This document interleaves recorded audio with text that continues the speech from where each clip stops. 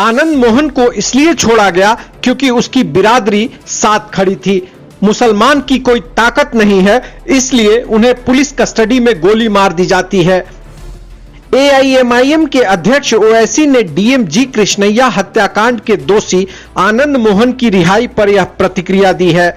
इस प्रतिक्रिया के दौरान उन्होंने अतीक अहमद की हत्या की ओर इशारा किया। यह सच है कि ओवैसी आनंद मोहन की रिहाई के विरोध में मुखर होकर बोल रहे हैं। वहीं राजद और जेडीयू महागठबंधन की ओर से ओवैसी के बयान को बीजेपी से जोड़ा जा रहा है। महागठबंधन के नेताओं का कहना है कि आनंद मोहन की रिहाई पर ओवैसी वही बोल रहे हैं जो बीजेपी खुलकर बोल नहीं सकती है।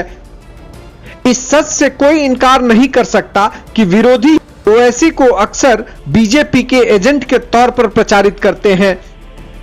अब जब लोकसभा और विधानसभा चुनाव नजदीक है तो ओवैसी बिहार में अपनी जमीन मजबूत करने में जुटे हैं। इसके लिए ओवैसी ने सीमांचल को निशाना बनाया है।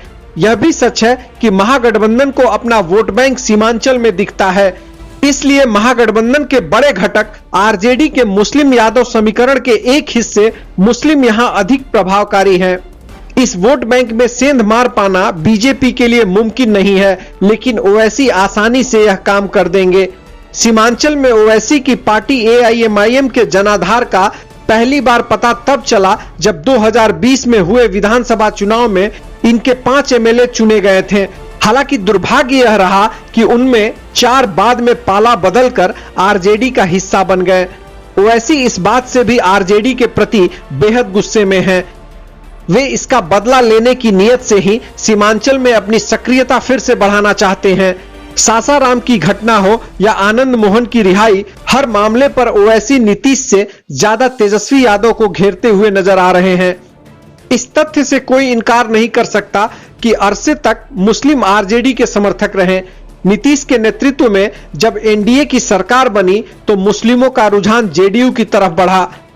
आरजेडी के आधार वोट बैंक को नीतीश ने अपने पाले में कर लिया। इसके लिए नीतीश ने बड़े कायदे से काम किए। सबसे पहले पिछड़े मुसलमानों की पसमानदा श्रेणी बनाकर उन्होंने उनको अपनी ओर आकर्षित किया। बाद में वे अपने कुछ और कामों से मुसलमानों में लोकप्रिय होते गए। इसके बाद ओवैसी आए तो उन्होंने मुसलमान वोटर्स को एक ही झटके में अपने पाले में कर लिया। कहने का मतलब है कि आरजेडी के समीकरण का एम यानी मुस्लिम वोट बैंक में सेंध लग चुका है। अब देखना अहम है कि तेजस्वी किस तरह से इसे समेटते हैं।